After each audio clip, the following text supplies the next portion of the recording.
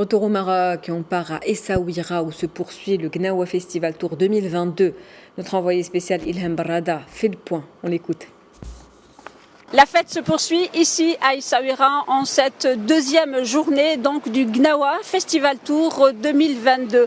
Dans quelques instants, sur cette scène de place Moulay Hassan, des artistes montrant pour faire vibrer encore une fois cette place. Des artistes venus de France, de Syrie, d'Inde, d'Éthiopie et du Maroc bien évidemment. Et le maître de cérémonie justement de cette pluralité d'artistes n'est autre que Karim Ziad, le directeur artistique du festival depuis maintenant plus de 20 ans. Karim Ziad, merci d'avoir accepté notre invitation.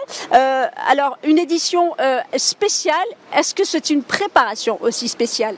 Tout à fait, c'est une édition spéciale parce que le festival est dispatché entre 4 villes, qui est Essaouira, Marrakech, Casablanca, Rabat. Mais je tiens à dire que c'est la seule édition, ce n'est pas la 23e édition, c'est juste une tournée du festival qui va à la rencontre de son public, au lieu que ce soit son public qui vienne à lui.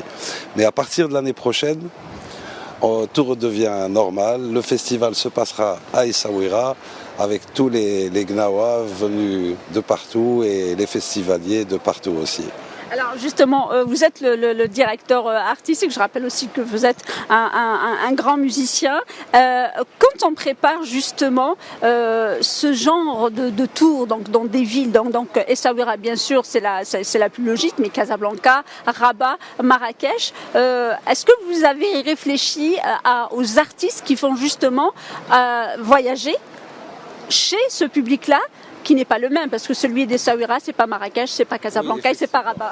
Effectivement, Essaouira, j'ai essayé d'inviter les gens et de donner une couleur assez berbère, vu qu'on est en terre berbère. Donc les Gnawa, le Ganga, le Chleuh et tout ça, c'est vraiment la couleur du pays. Donc voilà, j'ai été dans ce sens-là, même s'il y a les États-Unis, la Syrie, comme vous avez dit, la France présents, des grands musiciens. Et le but aussi du festival, c'est d'essayer le but de cette tournée, c'est d'essayer de coacher des musiciens, de faire un groupe qui pourront, en 2-3 jours de résidence, proposer un son et un programme digne de ce nom, je dirais. En tous les cas, la première soirée d'hier était magnifique, justement, avec Vieux Farka Touré et Abslam Alikan. C'était vraiment exceptionnel. Celle de ce soir promet d'être magique, parce qu'on sent un peu cette magie entre tous ces musiciens. J'ai oublié la Mauritanie quand même, je ne l'ai pas dit. Oui, tout à fait. Alors, il y a la Mauritanie présente avec Famadia Mbaye, qui est une super chanteuse. C'est une griotte de Mauritanie, donc qui n'est pas Hassania, mais plutôt griotte. Et elle chante un peu, c'est vraiment les mêmes gammes, les mêmes sensations que le Mali, donc les Gnawa. Parce qu'hier, Ali Farka, le père de Vieux Farka, est malien, et la musique du Mali et les Gnawa ont vraiment la même racine. Il est très facile de faire rencontrer des cousins, même s'ils ne sont pas du même pays. Alors une toute dernière question, vous parliez tout à l'heure justement de ces résidences qui font que ces artistes se retrouvent entre eux pendant 3 jours ou même 2 jours. Et j'imagine comment se fait le choix, parce que vous êtes le directeur artistique, de faire rencontrer tel artiste avec tel Gnawi, parce que j'imagine que Vieux Farka Touré jouerait avec par exemple Ali Bassou, avec Hassan Bassou, ça donnerait autre chose. Comment vous faites que ces gens-là se rencontrent ?